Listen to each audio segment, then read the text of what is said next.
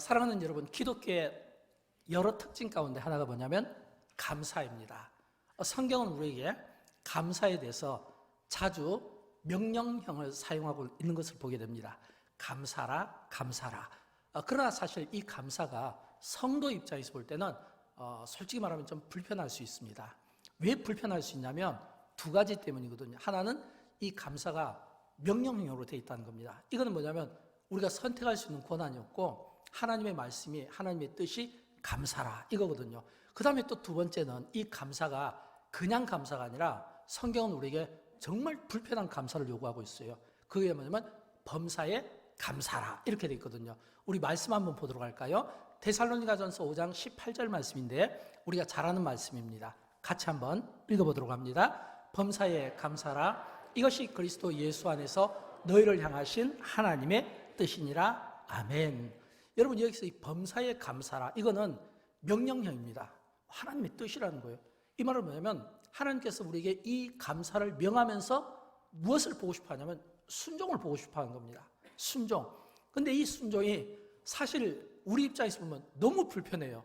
왜냐하면 이 범사라고 하는 이 뜻 때문에 그래요. 어떤 뜻이 있냐면 헬라어로 이 범사의 뜻을 보면 어떤 형편에서든지 또는 모든 일에, 이 모든 일이라는 것은 좋은 일도 있고 나쁜 일도 있고 기쁜 일도 있고 슬픈 일도 있고 모든 일에, 또 무슨 일이 일어나도 여러분, 이 무슨 일이 일어날 때 이 일은 사실 우리에게 좋은 일보다는 안 좋은 일이 더 많을 수 있잖아요.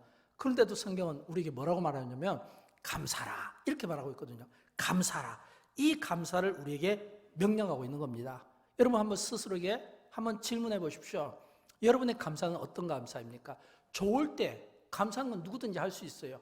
자녀들이 잘 되고 집안이 잘 되고 예를 들어서 직장에서 승진을 하셨다든지 또는 좋은 집, 자동차를 샀다든지 이런 경우는 시키지 않아도 감사를 할 수 있는 거예요. 근데 만약 이 가운데 뭔가 좀 슬프거나 어려운 일을 당했을 때 감사할 수 있겠습니까? 결코 쉬운 일이 아닙니다. 우리가 살아가면서 가만히 더듬어 보면 좋은 일보다는 오히려 어렵고 힘든 일들을 더 많이 만나지 않았습니까? 근데도 성경은 감사라는 겁니다. 범사에 감사라는 겁니다. 이게 하나님의 뜻이라는 거예요. 또 이거 명령형으로 되어 있어요. 감사라는 겁니다. 그러므로 우리는 하나님의 이 말씀에 순종하는 마음으로 매일 우리의 삶 가운데 이 감사가 이어져야 되는 거예요. 근데 또 한국교회는 또 이렇게 52주, 1년 52주 가운데 무려 2주에 걸쳐서 2번의 감사절기를 지키고 있습니다. 한 번은 맥주절이고 7월 첫 주에, 또 한 번은 11월 셋째 주, 이제 우리가 다음 주일 지키는 추수감사절입니다. 이 중요한 기독교 원력을 한국교회는 지금까지 잘 지키고 있습니다. 왜냐하면 하나님의 말씀이 그렇게 나와 있거든요. 성경 한번 보도록 할까요? 출애굽기에 34장 22절을 보면 여기 보면 초실절이 나오고 수장절이 나오는데 초실절이 맥주절을 가리키는 겁니다. 77절 곧 맥주의 초실절을 지키고, 이게 이제 교회가 7월 첫 주에 지킨 거예요.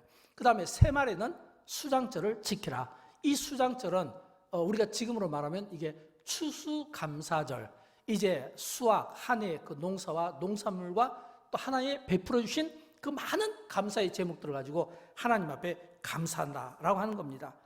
왜 우리가 이런 감사를 해야 될까요? 성경은 우리에게 명령도 하시지만 또 우리에게 이 감사에 대해서 순종을 요구하시지만 또 한편으로는 순종하는 자에게 주시는 축복도 있습니다. 출애굽기 34장 24절 이후에 보면 우리가 하나님 앞에 감사할 때 우리를 해하는 자들에게 하나님께서 우리를 보호해 주시고 우리의 지경을 넓혀 주시고 또 뿐만 아니라 우리의 대적을 대신 싸워 물리쳐 주시고, 그리고 우리의 것 아무것도 생명도 재산도 빼앗기지 않도록 해 주시겠다, 이 약속의 말씀을 우리에게 해주고 있는 거예요. 저는 여러분, 우리가 할 수만 있으면 때로는 내가 원하지 않는 어떤 어려움이 있을 수 있어요. 그럼에도 불구하고 우리 인생은 그게 끝이 아니라 과정이고, 그리고 그 마지막 그 끝은 하나님이 우리의 인생을 축복되게 우리 인생을 붙들고 계시고, 그리고 그 과정 속에서 때로는 우리가 흔들릴 수도 있고 쓰러질 수도 있고 넘어질 수도 있지만 그 과정, 그 연단, 그 풀무불, 그걸 통과함으로 말미암아 하나님께서 우리에게 더 큰 복을 준비하시고 연단 주실 때 하박국 선지자처럼 그럼에도 불구하고 우리가 하나님 앞에 범사에 감사할 수 있는 그런 감사와 믿음이 저와 여러분에게 있게 되기를 주님의 이름으로 축원드립니다. 저는 이렇게 맥주감사절이나 또는 추수감사주일이 되면 항상 저의 감사 노트를 확인해 봅니다. 그리고 또 하나님 앞에서 한 해 동안 얼마나 감사가 있었는가. 교회적인 감사, 교회 목사니까.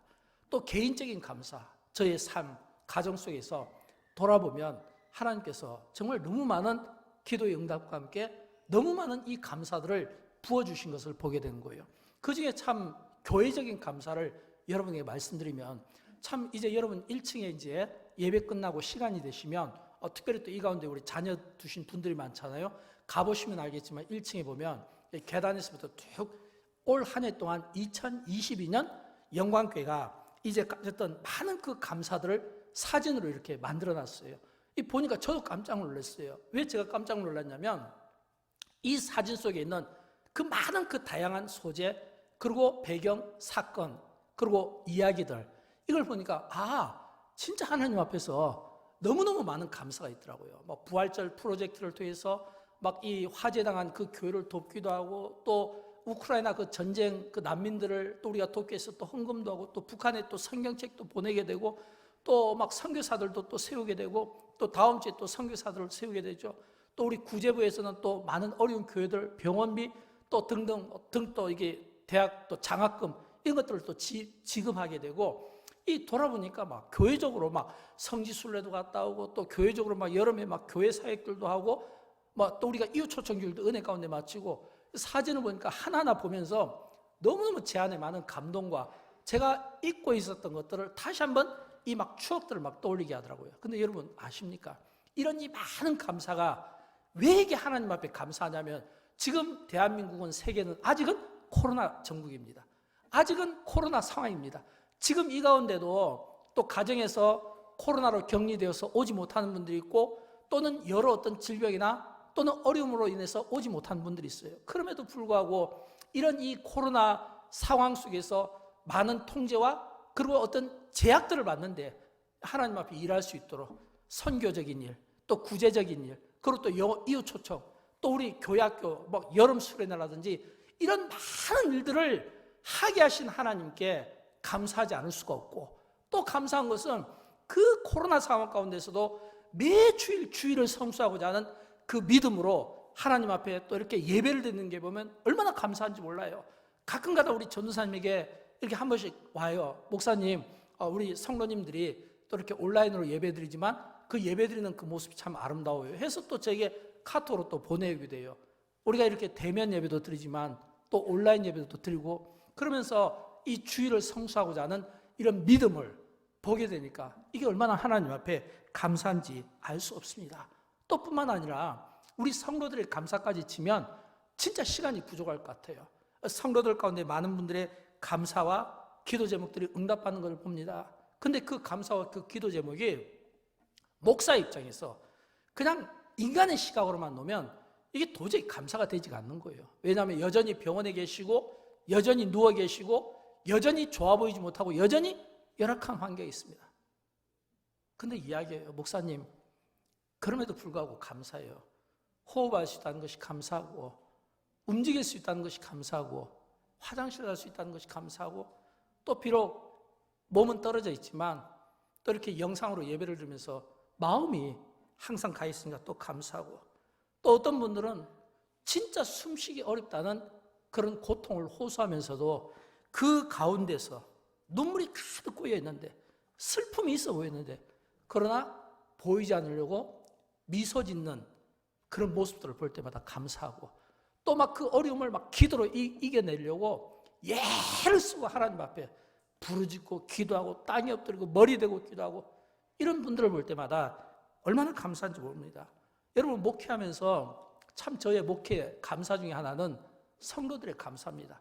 목사가 볼 때는 아닌 것 같지만, 그럼에도 불구하고 목사 앞에서, 물론 사람 앞에서는 아니지만 하나님 앞에서지만 제가 간접적으로 경험하기는 참 감사하고 감사하게 살려고 노력하고, 범사에 감사하고, 모든 일에 감사하고, 그럼에도 불구하고 감사하는 이 마음들이 보여질 때마다 얼마나 하나님 앞에 감사한지 알 수 없어요. 저는 이런 정의를 내리고 싶어요. 감사란 무엇인가? 제가 생각하는 감사는 두 가지입니다. 하나는 신앙이고 하나는 찬양입니다. 이 감사는 신앙과 찬양이라고 생각해요. 여러분, 우리가 찬송가에 보면 66장에 이 독일 마틴 링카르트 목사님이 이 작곡한 그 가사가 있습니다. 다 감사드리세 온 마음을 주께 맡겨. 근데 사실은 이 링카르트 목사님이 다 감사드리세 온 마음을 주께 바쳐 라고 했을 때 이 노래가 어떻게 작곡된 줄 압니까? 지금 우리 대한민국이 세계가 코로나 때문에 굉장히 힘겹고 어렵고 지금도 많은 사상자들이 나는 것처럼 그 시대의 1500년대에 어떤 일이 있었냐면 1600년대에 이 독일의 유럽 전역에 이 흑사병이라는 게 있었어요. 코로나 같은. 이 전염병이 막 굉장히 빠르게 막 패스트가 막 번지면서 유럽 전역에 얼마나 많은 사람들이 죽어나간지 몰라요. 이 링카르트 목사님이 교회를 목회했는데 많은 성도들이 매일 죽어나가니까 장례를 치르잖아요. 그러다 한 번은 자기 아들도 이제 그 전염병에서 죽어나간 겁니다. 여러분, 자녀를 잃은 그 부모의 심정을 우리가 어떻게 우리가 이해할 수 있겠습니까? 아무리 우리가 이해하고 싶어도 그 자녀를 잃은 그 부모의 심정을 이해하기가 어려운 거예요. 그런 그 아픔을 막 슬픔을 막 이렇게 자기 마음을 막 어루만지면서도 링카르트 목사님이 한 번은 자기 교인이 50명이 돌아가셔서 장례를 치른 적이 있다고 합니다. 아들을 잃어버리고 한 번에 50명씩 교인을 장례 치르는 그 목사가 작곡한 노래가 뭐냐면 온 마음을 다 바쳐 주께 감사하세. 온 마음을 바쳐 주께 감사하세. 다 감사하세. 주께 감사하세. 여러분, 어떻게 이런 고백이 이게 나올 수 있겠습니까? 그분의 그 가사 3절을 보면 이런 가사가 나와요. 감사와 찬송을 다 주께 드려라. 감사와 찬송을 다 주께 드려라. 아들을 잃어버리고 성도들을 잃어버리고 한 번에 50명까지 장례를 치른 그 목회자의 그 입에서 나오는 고백, 그 곡을 통해 그가 지금 고백하는 것은 내가 주님 앞에 감사와 찬양을 다 올려보내리라 라는 이 감사라는 거예요. 그렇다면 우리는 이 목사님의 이분을 통해서 우리가 무엇을 배우고 싶으냐 하면 신앙 아니겠습니까? 여러분, 감사는 우리가 생각할 때는 환경으로 조건으로 감사하고 싶어 하지만 그러나 성경과 우리가 그 어디를 봐도 환경과 조건이 절대 우리에게 감사의 조건이 되지 못합니다. 환경과 조건은 항상 바뀔 수 있는 거예요. 좋은 환경이 자고 일어나면 바뀔 수 있는 거예요. 그래서 환경과 조건은 우리에게 감사가 아니에요. 감사는 뭐예요? 우리에게 구원을 주시고 우리에게 자녀 삼아 주신 거. 주님이 그 주의 손이 항상 나를 붙들고 계신 거. 이것이 감사 아니겠습니까? 제가 링카르트 목사님 입장은 아니지만 만약 그분의 입장이라면 그분은 이런 생각 아니겠습니까? 내가 비록 내 아들을 내가 잃고 장례를 치렀지만 손양원 목사님이 자기 아들 두 아들을 잃어버렸지만 오히려 하나님 앞에 그 두 아들이 먼저 천국 가게 된 것을 감사합니다. 아마 그런 비슷한 고백이 아마 이 목사님에게도 있지 않았을까요? 내 아들을 하나님 나라에 먼저 보낸 것이 감사하고 많은 성도들이 먼저 보낸 것을 감사하고 그리고 주님의 재림의 때에 또 다시 만날 것을 믿는 이런 부활 공동체, 부활 신앙 있기 때문에 비록 환경은 끔찍하고 삶은 끔찍하고 지금 눈앞에 펼쳐진 것은 끔찍하지만 그러나 내가 감사할 수 있다는 것. 여러분, 이거는요 믿음이 아니면 설명이 되지 않는 거예요. 신앙이 아니면 설명이 되지 않는 거예요. 하나님의 섭리를 믿지 않으면 절대 설명이 되지 않는 거예요. 그러나 하나님의 섭리를 믿으면 비록 내 상황은 절망적이지만 그러나 아직 내 인생은 끝난 게 아니에요. 하나님께서 내 인생을 붙잡고 계시고 그 영광스러운 그 멸관을 앞에 두시고 나를 이 고난과 이 풀무불을 통과하게 하실 때 주님이 우리에게 보고 싶어하는 거, 범사에 감사라. 그럼에도 감사라. 그럼에도 감사할 수 있겠는가? 그런 그 믿음과 그 신앙과 순종을 보고 싶어 할 때 물론 우리가 링카르트 목사님이나 또는 손양원 목사님 같은 일이 안 일어나길 바랍니다. 우리의 믿음이 그런 테스트를 받지 않았으면 좋겠어요. 그러나 그런 테스트를 받지 않았으면 좋겠고 그런 일이 오지 않았으면 좋겠지만 그러나 작은 일이라도 내가 원하지 않고 또는 내가 원하지 않은 방법으로 갈다 할지라도 그럼에도 불구하고 범사에 감사할 수 있는 모든 일에 감사할 수 있는 그 믿음이 저와 여러분에게 있게 되기를 주님의 이름으로 축원드립니다. 그런 믿음을 우리가 주님 앞에 보이면 좋겠어요. 여러분, 우리가 읽었던 이 골로새서는 크게 두 구도로 되어 있습니다. 4장까지 되어 있는데 1장과 2장은 교리로 되어 있습니다. 그리고 3장과 4장은 그 교리 이론에 대해서 그걸 배운 대로 실천적인 삶으로 적용하는 겁니다. 예를 들어서 우리가 제자훈련을 공부했다. 그럼 그 제자훈련에서 배운 말씀을 우리의 삶의 현장에서 적용하는 것, 이 구도예요. 그러면 이 1, 2장 이 교리는 어떤 내용입니까? 예수님이 어떤 분인가? 그리스도가 어떤 분인가? 그리스도가 우리를 위하여 어떤 일을 하시는가? 이거를 갖다가 교리적으로 설명하는 거 아니겠습니까? 또 교회는 무엇인가? 교회는 어떻게 세워지는가? 그 주님의 그 교회를 통해서 어떤 일을 하셨는가? 이거를 교리적으로 배운 거예요. 그리고 이제 3, 4장에서는 그 배운 것을 삶의 현장에서 실천하는 겁니다. 그런 의미에서 골로새서 3장 1절은 우리에게 이렇게 들려주고 있습니다. 우리 같이 한번 읽어보도록 할까요? 그러므로 너희가 그리스도와 함께 다시 살리심을 받았으면, 자 여기 보면 너희가 그리스도와 함께 다시 살리심을 받았으면, 이거는 전제잖아요. 그러면 이 말을 바꿔 이야기하면 이런 뜻이죠. 너희가 복음을 받기 전에는 그리스도와 함께 죽었다는 거 아닙니까? 그리스도와 함께 너희가 다시 살리심을 받았으면, 이 말은 너희가 예수 그리스도의 복음을 받기 전에는 어디에 있었냐는 겁니다. 어둠에 있었다는 것이죠. 어디에 있었습니까? 전에는 너희가 어둠에 있었고 흑암에 있었고 죽을 인생이었는데 그리스도와 함께 다시 살리심을 받은 겁니다. 그렇다면 이건 굉장히 축복이고 영광인 거죠. 다시 살리심을 받았다. 이 말은 이제는 새로운 사람으로 거듭났다는 것이고 새 사람으로 입었다는 이런 의미 아니겠습니까? 이제는 주님과 함께 새 사람으로 태어났다는 겁니다. 여러분, 영광교회가 이웃초청주를 가졌잖아요. 그리고 그 이웃초청주를 통해서 170명의 많은 성도님들이 방문하였고 그 가운데 10분이 등록하셨어요. 저는 앞으로도 많은 분들이 등록하기를 원하고, 또 계속해서 우리가 정말 이 어렵게 우리가 태신자를 정하고 이웃초청, 우리가 사랑하는 가족과 이웃들을 섬긴 것이 한 번의 복음으로 끝나지 않고, 물론 섭리 가운데 하나님께서 그 영혼들을 다 인도해 주시고 구원받게 하겠지만, 그러나 우리의 노력이 필요하다면 우리의 그 노력과 순종으로 또한 우리가 그 영혼들을 섬기는 데 있어서 포기하지 않기를 바랍니다. 여러분, 우리가 이웃초청주를 가졌다, 교회가 천국 집회를 가졌다, 또는 교회가 새생명 축제를 가졌다. 목적이 어디에 있을까요? 목적은 믿지 않는 자들에게 하나님의 말씀, 예수 그리스도의 그 복음을 들려줌으로 말미암아 그 영혼이, 죽을 영혼이 주님과 함께 살아나는 영혼, 그 죽을 영혼이, 어둠 속에 있던 영혼이 예수 그리스도의 그 복음을 통해서 빛 가운데로 나오게 되는 구원과 영생의 길이 열리게 되는 거예요. 이게 대단한 겁니다. 예수님께서 말씀해 주셨잖아요. 한 영혼을 구원하는 것이 천하를 구원하는 것이라고 했잖아요. 그렇다면 우리가 참 많은 교회 안에서 헌신들이 이루어져야 되겠지만, 한 영혼을 구원한 것보다 더 큰 가치가 있을까요? 없을 거예요. 한 영혼을 구원하고 한 영혼을 옳은 대로 인도한 자는 하늘 별과 같이 빛나리라고 다니엘서에서 약속하고 있지 않습니까? 한 영혼이 너무 중요한 겁니다. 그 한 영혼, 그 한 분, 믿지 않는 분에게 예수 그리스도의 이 복음을 들리기 위해서 교회가 얼마나 많은 수고와 노력과 많은 분들의 섬김이 있었고, 지금도 계속된 기도가 있고, 또 담임 목사인 저도 계속 그 설교를 할 수밖에 없잖아요. 왜냐하면 한 영혼이 너무 소중하기 때문에 그래요. 한 영혼의 가치가 너무 소중하기 때문에 그래요. 절대 포기할 수 없거든요. 지금 그 이야기를 들려주고 싶은 거예요.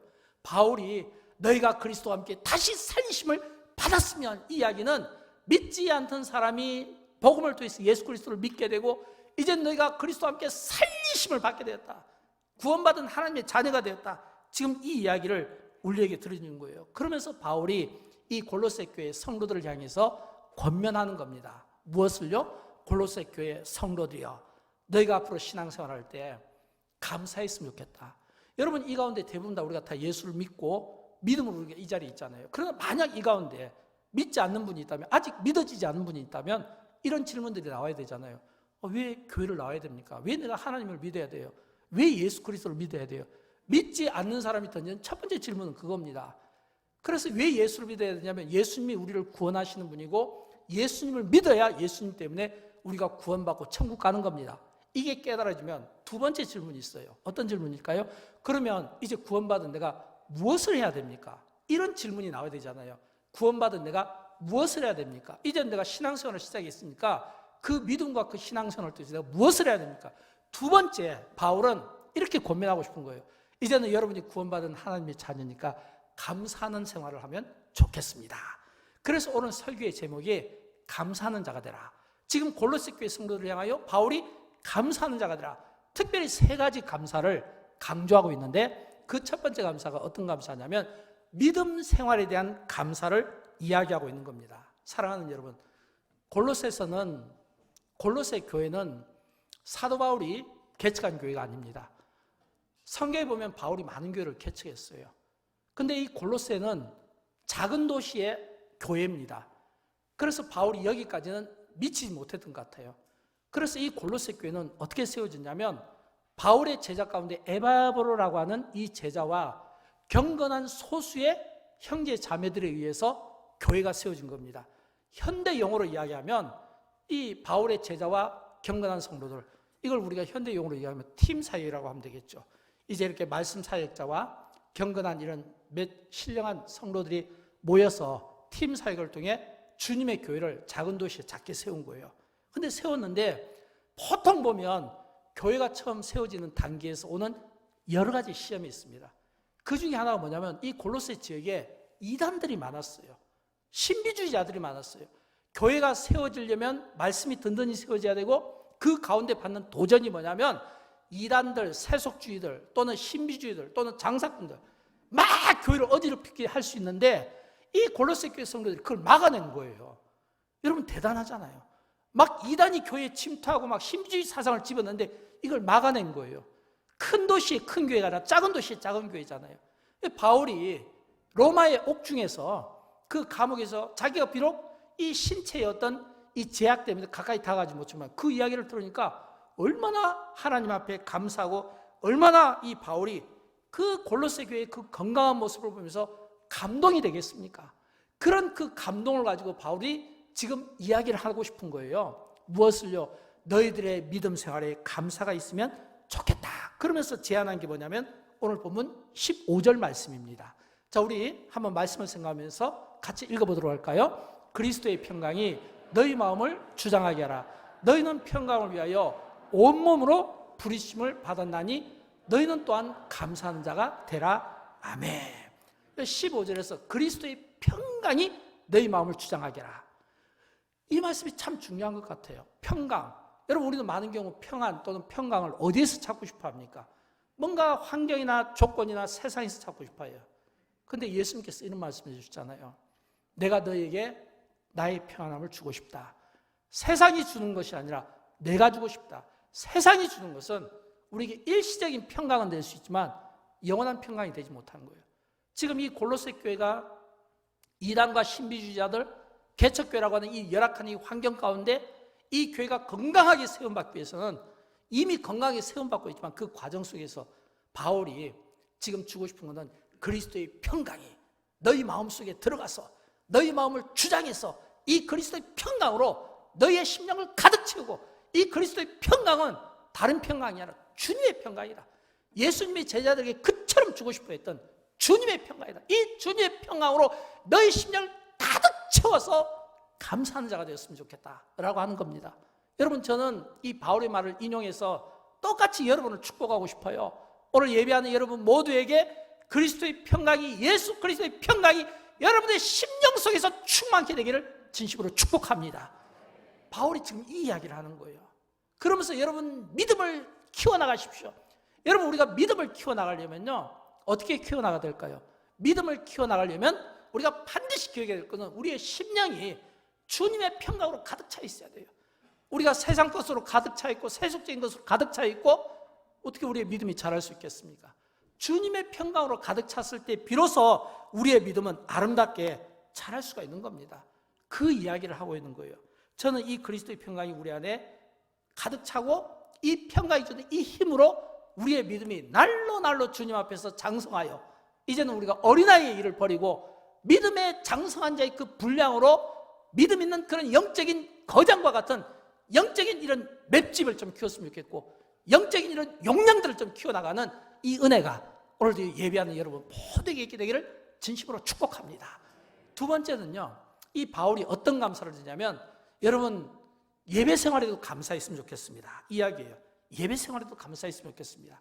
시편 50편 23절과 이 골로새서 3장 16절 말씀은 예배와 관련된 말씀인데 우리 한번 이어서 같이 읽어보도록 할까요? 감사로 제사를 드리는 자가 나를 영화롭게 하나니 그의 행위를 옳게 하는 자에게 내가 하나님의 구원을 보이리라. 그리스도의 말씀이 너희 속에 풍성히 거하여 모든 지혜로 피차 가르치며 권면하고 시와 찬송과 신령한 노래를 부르며 감사하는 마음으로 하나님을 찬양하고. 아멘. 여러분, 감사는 누가 한다고요? 감사는 여기 보니까 그리스도의 말씀이 너희 속에 풍성하게 거할 때, 그리스도의 말씀이 너희 속에 풍성하게 거할 때, 15절에서는 그리스도의 평강이 너희 속에, 16절에서는 그리스도의 말씀이 너희 속에, 이 평강이 있을 때는 우리의 속사람을 강건케 하는데 말씀이 우리 속에 풍성히 간다는 뭘까요? 이 말씀은 우리가 어떻게 받을 수 있습니까? 예배를 통해 받잖아요. 예배를 통해 받잖아요. 예배를 통해 우리가 지금 하나님의 말씀을 받지 않습니까? 또 예배 때 우리는 하나님께 경배와 찬송과 찬양을 올려드리지 않습니까? 너희가 하나님의 말씀을 받을 때도 감사하는 마음으로, 너희가 하나님을 찬양할 때도 감사하는 마음으로 예배와 찬양, 말씀과 찬양, 이건 전부 예배를 가리키거든요. 그렇다면 예배 때 우리가 무엇으로 감사할 수 있습니까? 하나님의 말씀으로 감사할 수 있어야 되고, 또 예배 때 우리가 무엇으로 감사할 수 있습니까? 찬양 가운데 함께 하시고 찬양 중에 거하시는 그 은혜로 감사할 수 있는, 이런 살아있는 영적인 신령한 영과 진리로 떨어지는 이 예배의 축복이 여러분 모두에게 있게 되기를 진심으로 축복합니다. 저는 여러분 소원합니다. 영광께서 드리는 모든 공예배, 영광께서 드리는 모든 찬양이 전부 하나님이 영광 받으시는 자리가 되기를 원하고, 또 하나님 앞에서 그 영광 가운데서 우리가 받는 말씀이 우리 속에서 생명력을 가져서, 운동력을 가져서 좌우의 날선 검같이 이 세상을 향해서 우리가 참 그 어떤 예리한 통찰력과 이런 이 말씀의 비전으로 세상을 보는 안목들을 키워나갔으면 좋겠고, 찬양을 통해 막 악기들이 막 쫓겨나가고 병든 자가 막 고침받고 막 힐링되고 심령이 막 기쁨이 넘치는 이런 이 은혜가 찬양 가운데 있었으면 좋겠어요. 과거에 제가 이렇게 유학 생활할 때 참 힘들 때가 있었습니다. 20대 중반에 유학을 갔어요. 미국 유학 가서 뭐 영어도 잘 안 되고 문화적인 적응도 잘 안 되고 굉장히 어렵고 힘들 때, 그때 굉장히 제가 영적으로 막 침체되어 있고 다운되어 있는데, 그때 그 영적인 다운 가운데서 제가 막 소생하고 힘을 얻게 된 것은 교회 때문이었습니다. 교회 때문이었어요. 그때 제가 이제 다니던 그 사역을 이제 사임하고 이제 새로운 그 교회, 남가주 사랑교회라고, 그 당시에 그 교회를 제가 아내와 함께 가게 되었는데, 딱 처음 한번 예배드리고 막 그 안에서 완전 저하고 우리 아내가 막 완전 치유가 막 일어나 버린 거예요. 그 교회는 구호를 참 많이 해요. 구호를. 어떤 구호를 하냐면은, 교회 가면 항상 해요. 인생의 방황은 예수 그리스도를 만나면 끝납니다. 신앙생활의 방황은 교회 정착을 통해서 끝납니다. 여러분 예배 한번 잘 들으면 그 한 번의 예배가 여러분의 인생을 바꿉니다. 한 번의 그 예배가 잘 들어짐으로 말미암아 그 예배를 통해서 여러분이 소생하는 힘을 얻게 됩니다. 제가 그 구호를 들을 때 처음에는 뭐 여기는 왜 이렇게 구호를 하나라고 했는데, 그 구호가 굉장히 힘이 있더라고요. 또 찬양이 얼마나 뜨거운지 몰라요. 그때 불렀던 그 찬양 매 같은 곡이었어요. 나의 힘이 되신 여호와여 내가 주를 사랑하나이다. 나의 생명 되신 여호와여 내가 주를 사랑하나이다. 나의 힘이 되신 여호와여 주를 사랑하나이다. 나의 생명 되신 주여 사랑하나이다. 이 찬양을 계속 막 부르니까 이게 나중에 이제 예배가 끝나고 나니까 한동안 그 자리를 뜨지 못했어요. 왜 이렇게 빨리 끝났지?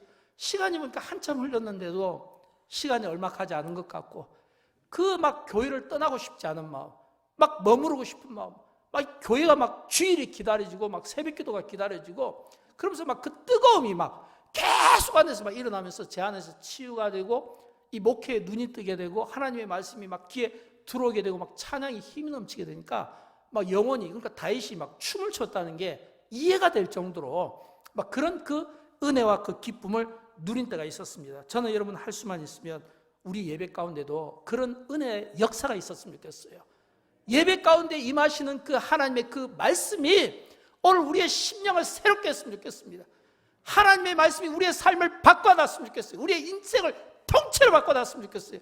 우리의 영적인 삶 용량을 이 영적인 맷집을 좀 크게 해서 세상 안에서 기죽지 않고 당당하게 살아갈 수 있는 이런 말씀의 사람, 비전의 사람, 능력의 사람으로 또 찬양 가운데 말씀하시는 그 찬양이 주는 그 찬양을 통해서 우리 안에 있는 슬픔들이 치유되고 또는 어떤 상처들이 회복되어지는 이 찬양을 통해서 막 힘을 얻는 이런 진짜 성령 충만함, 똑같은 기도를 드려도 그 기도가 성령 충만한 기도인지 아닌지 알 수 있고, 똑같은 찬양을 들어도 이 찬양이 성령 충만한지 아닌지 여러분 웬만한 영적인 수준이면 알 수 있잖아요. 그런 것처럼 우리가 드려지는 이 예배가 정말 하나님이 기뻐 받으시는 성령 충만한 말씀의 자리, 성령 충만한 찬양을 우리가 하나님 앞에 올려드릴 수 있기를 주님의 이름으로 축원드립니다. 마지막으로 세 번째, 삶에 감사합니다. 여러분, 우리가 구원받은 하나님의 자녀고 또 그 구원을 우리가 이루었다면 이제는 그 구원받은 자가 하나님 앞에 무엇을 해야 되겠어요? 나에게 믿음 주신 것을 감사하고, 내가 하나님 앞에 예배드릴 수 있는 것을 감사하고, 그리고 나의 일상의 모든 삶에서 이 감사가 이루어져야 되는 거예요. 17절 말씀 함께 읽어보도록 할까요? 또 무엇을 하든지 다 주 예수의 이름으로 하고 그를 힘입어 하나님 아버지께 감사하라 라고 하거든요.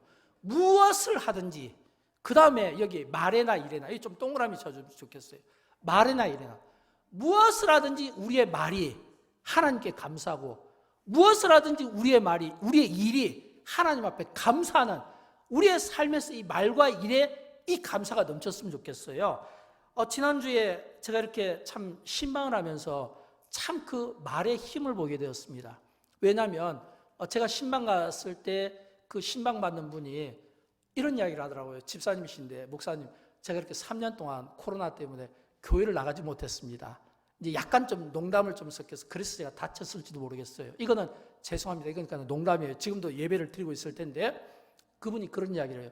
내가 3년 동안 예배를 드리지 않았는데 그래도 내가 집에서 딱 양복 입고 이게 딱 자리 정렬하고 이 화면 75인치 TV로 예배 잘 드렸습니다. 근데 사실 예배 잘 드렸습니다 하는데 이게 목사 입장에서 빨리 이게 이해가 잘 안 될 때가 있어요. 어떻게 들으면 잘 드리는 겁니까? 근데 제가 이게 확신을 갖게 된 것은 옆에 우리 목사님이 계셨거든요. 근데 옆에 목사님이 계셨는데 3년 동안이니까 그러면 예배를 잘 드렸으면은 알아볼 거 아니에요. 딱 보면서 바로 알아보는 거예요. 이제 목사님 하면서 딱 벌써 알아보더라고요. 그래서 이걸 보면서 제가 그래서 이 집사님은 예배를 제대로 드렸구나. 예를 들어서 담임 목사를 알아보는 건 괜찮지만 목사님을, 이렇게 부목사님을 알아봤다는 것은 예배를 잘 드린 거 아닙니까? 밤 예배를 드렸다는 거죠. 또 사회자를 자세히 봤다는 거죠. 봤더라고요. 그래서 목사님에 대해서 또 이야기도 또 이렇게 나누게 되고 보니까 진짜 예배를 잘 드린 거예요. 말의 그 감사가 저를 감동시킨 겁니다. 또 지난주에 저희 성도님 한 분이 전화를 했어요. 지금 병원에 입원 중이신데 역시 지금 방송을 볼 거예요. 목사님, 원래 그분이 이렇게 일하다 다쳐서 수술 날짜를 기다리고 있었거든요. 목사님, 병원에서 수술 안 해도 된답니다. 수술 안 해도 된답니다. 원래 수술 날짜가 정해져 있었는데 수술을 안 해도 된답니다. 지금도 내가 진짜 나가도 되지만 치료는 제가 좀 더 받고 나가겠습니다. 목사님 기도해 주셔서 감사해요. 이렇게 수술을 기다리고 있다가 수술을 안 한다고 하니까 마음이 너무 편합니다. 너무 기뻐서 그 병원으로부터 그 이야기를 듣고 바로 저에게 전화가 왔는데 제가 얼마나 참 감사한지 몰라요. 여러분, 이게 말의 감사잖아요. 또 그런가 하면 또 일의 감사도 있습니다. 여러분, 이제 1층에 이렇게 제가 권면했잖아요. 내려가면 참 한 해 동안 영광교회가 그 코로나 상황 가운데서도 얼마나 많은 일들을 했는지 그 사진 하나하나를 보면서 그 사진 속에 있는 인물이 중요한 게 아니라 배경이 중요한, 이거 여름 성경학교네? 이거 물놀이 했던 거네? 산에 했던 거네? 이거 여기에 이 전국에 있는 이런 순교, 이런 교회를 돌아봤던 거네? 그리고 또 막 이웃초청길도 있고, 막 부활절 프로젝트도 있고, 화재교를 도운 것도 있고, 이걸 다 일일이 설명하면 진짜 시간이 부족해요. 그래서 여러분 직접 보시는 게 좋아요. 근데 여러분, 이 일을 누가 했습니까? 그냥 무명의 몇 성도들이 교육자와 함께 그 많은 사진들을 다 정리하고 꽂고 하나하나 붙이고 하나하나 진열하고 또 이렇게 배열하는데 얼마나 많은 시간이 걸렸을까요? 근데도 보니까 또 자기 물질을 써가면서 감사하는 마음으로, 즐거운 마음으로 그 일을 하는 것을 보면서 참 제가 감사했어요. 지금 바울이 그 이야기를 하고 싶은 거예요. 여러분, 믿음 생활에 감사하십시오. 여러분, 예배 생활에 감사하십시오. 여러분이 무슨 일을 하든 말에도 감사하십시오. 일에도 감사하십시오. 바로 이거 아니겠습니까? 이렇게 감사하는 자가 되십시오. 이런 이 감사가 있을 때 그 교회가 그 시대에 건강하게 쓰임받았던 것처럼, 저는 우리가 말을 할 때도 이런 감사가 있으면 좋겠고, 일을 할 때도 이런 감사하는 마음으로 우리가 일을 함으로 말미암아 하나님이 영광 받으시는 복된 자리가 되기를 주님의 이름으로 축원드립니다. 사랑하는 여러분, 요한삼서 1장 4절 말씀에 이런 말이 나옵니다. 이제 뒤에 우리 고등부 3학년이 와서 요한일서 1장 4절 말씀만 한번 보여줄까요? 요한일서 1장 4절에 있는 말씀인데 우리 같이 이 말씀을 한번 읽어보도록 합니다. 내가 내 자녀들이 진리 안에서 행한다함을 듣는 것보다 더 기쁜 일이 없도다. 저는 오늘 이 말씀으로 우리 고등부 3학년 자녀들을 축복하고 싶어요. 내가 내 자녀들이 진리 안에서 행한다함을. 여러분 고3이고 이제 3일 후면 수능을 봅니다. 저 아이들이 지금 몸이 피곤하겠죠. 막 잠도 올 것이고 정신이 막 붕 떠 있지 않겠습니까? 마음이 조급하죠.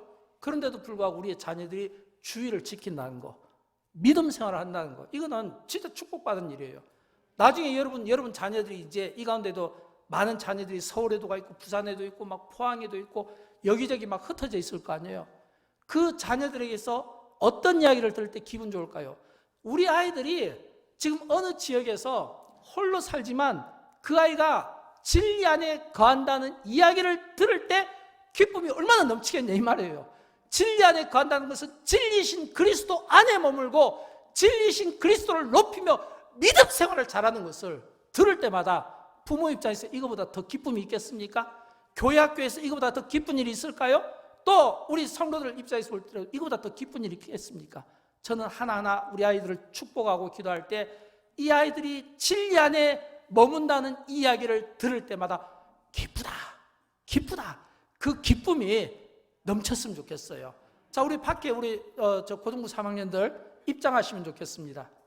고등부 3학년들 입장해서 뒤에서 지금 어떻게 할지 모르는데, 자, 우리 한 명 한 명 입장할 때 우리 다 함께 박수로 환영하도록 하겠습니다.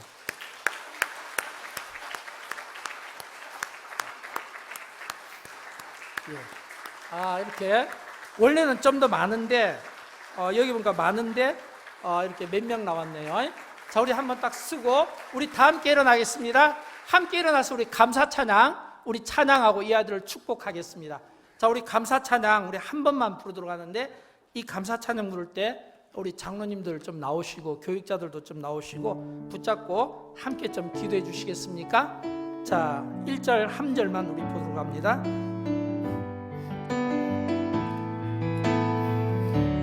오늘 숨을 쉬는 거, 오늘 숨을 쉬는 거 감사, 나를 구원하신 거 감사, 내 뜻대로 안 돼도 주가 인도하신 거 모든 거 감사,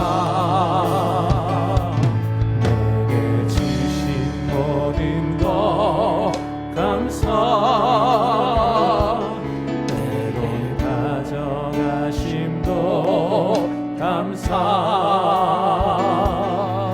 내게 고난 주셔서 주 뜻 알게 하시고 모든 것 감사. 감사해요 주님. 주님 감사해요. 주님 감사해요. 자, 우리 장로님들 앞으로 나오십시오.